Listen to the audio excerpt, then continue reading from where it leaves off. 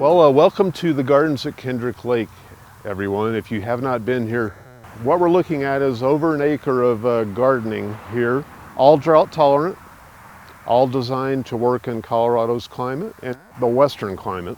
We've lost track of how many species are here. I'm going to say 350 species of drought tolerant plants. Western soils are extremely different from what people call soil. Western soil is all minerals with not a lot of organic material in it. So you got to mimic that to build a garden. When we built this garden, that's exactly what we did. We actually did everything we could do to mimic what natural Western soil would be. And that started with removing a lot of soil off this site, actually, because this was all bluegrass. And then we got a backhoe out to scarify the rest of the soil, bring in only rock. It's a material called squeegee. Very tiny, not as tiny as sand, bigger than sand, but smaller than pea gravel.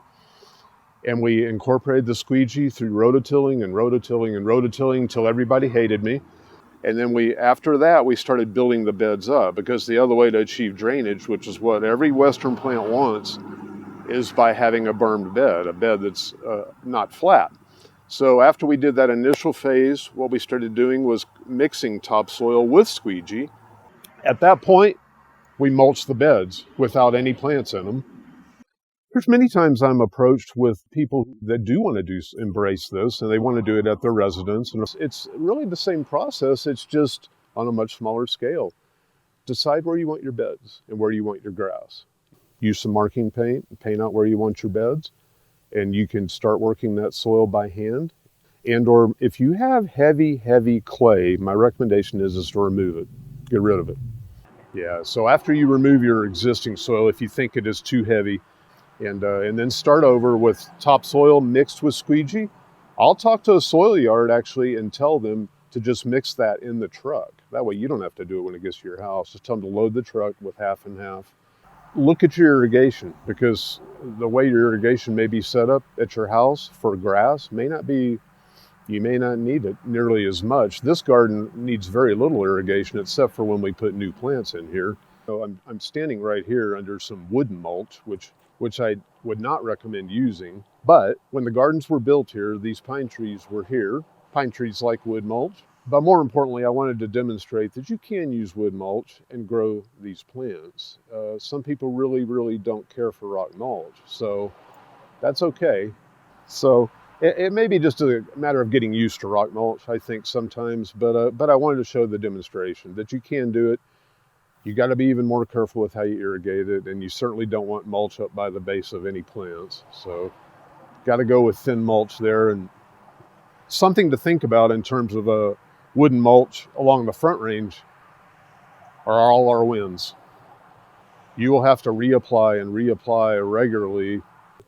Our rock mulch here at Kendrick, I actually picked two different mulches and we mixed them. It's the same mulch, it's just the sizing is different. It's brown river rock, and I picked an inch and a quarter, or inch and a half they call it, which is really the largest the rock would be, and then 3/4 inch. So and I did just like with the soil, where I told them just put it in the truck together.